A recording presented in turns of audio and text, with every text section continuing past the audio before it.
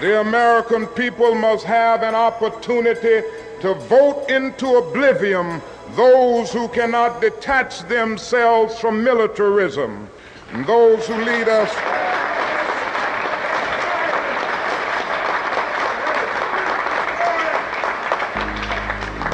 and so we are here because we believe, we hope, we pray that something new might emerge in the political life of this nation, which will produce a new man, new structures and institutions, and a new life for mankind. I am convinced that this new life will not emerge until our nation undergoes a radical revolution of values. When machines and computers, profit motives and property rights are considered more important than people, the giant triplets of racism, economic exploitation and militarism are incapable of being conquered. A civilization can flounder as readily in the face of moral bankruptcy as it can through financial bankruptcy. A true revolution of values will soon cause us to question the fairness and justice of many of our past and present policies. We are called to play the Good Samaritans on life's roadside, but that will only be an initial act. One day the whole Jericho road must be transformed so that men and women will not be beaten and robbed as they make their journey through life. True compassion is more than flinging a coin to a beggar. It understands that an edifice which produces beggars needs restructuring.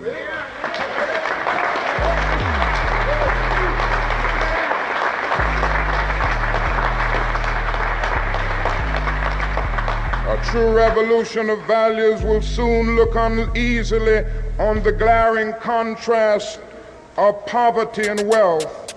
With righteous indignation, it will look at thousands of working people displaced from their jobs with reduced income as a result of automation, while the profits of the employers remain intact, and say this is not just.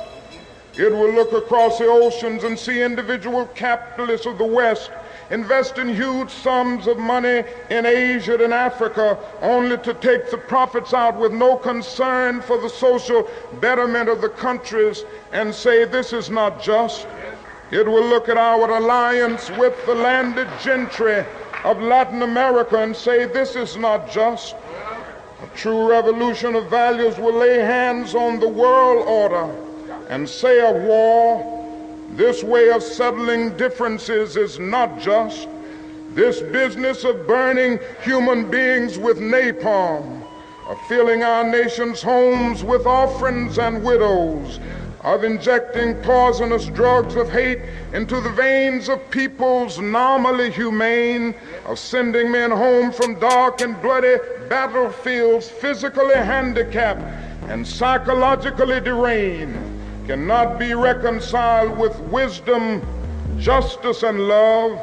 A nation that continues year after year to spend more money on military defense than on programs of social uplift is approaching spiritual death.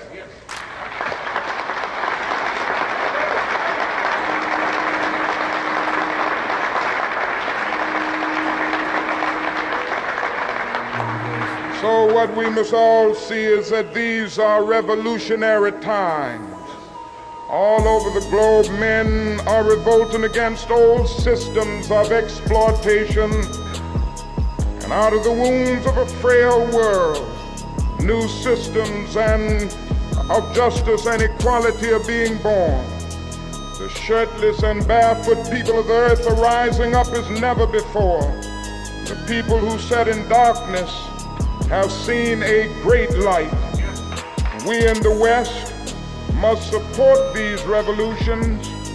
It is a sad fact that because of comfort, complacency, a morbid fear of communism, and our proneness to adjust to injustice, the Western nations that initiated so much of the revolutionary spirit of the modern world have now become the arch anti-revolutionaries.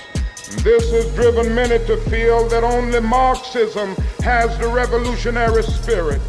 Communism is a judgment.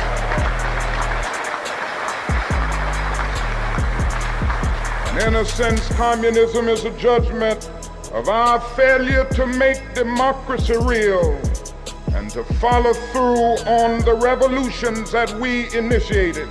Our only hope today lies in our ability to recapture the revolutionary spirit and go out into a sometimes hostile world, declaring eternal opposition to poverty, racism, and militarism.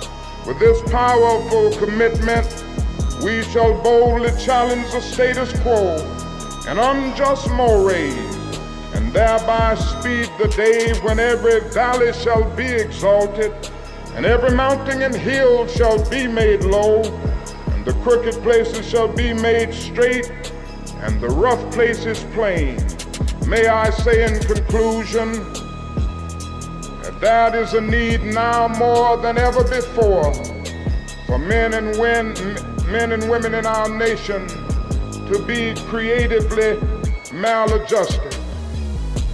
Mr. Davis said,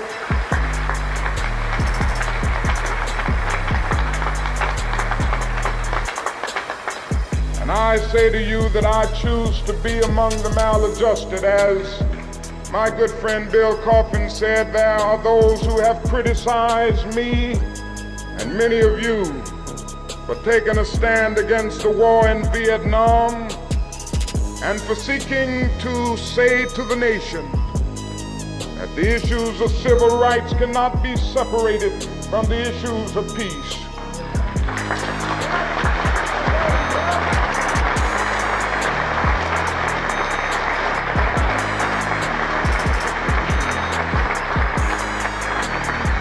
I want to say to you tonight that I intend to keep these issues mixed because they are mixed.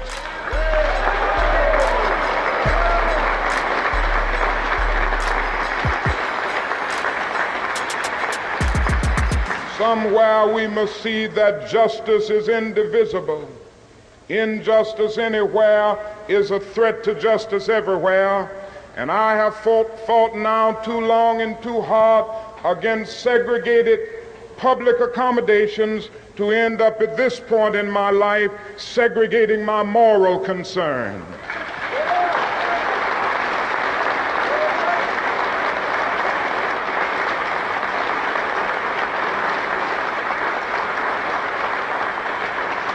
And so let us stand in this convention knowing that on some positions, cowardice asks the question, is it safe? Expediency asks the question, is it politic? Vanity asks the question, is it popular? But conscience asks the question, is it right? And on some positions,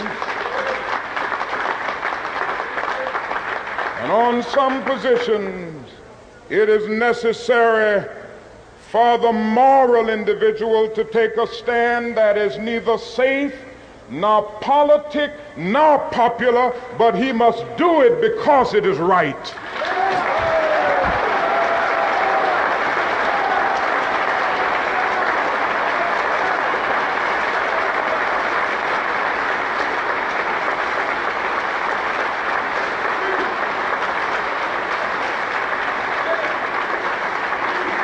And we say to our nation tonight, we say to our government, we even say to our FBI, we will not be harassed.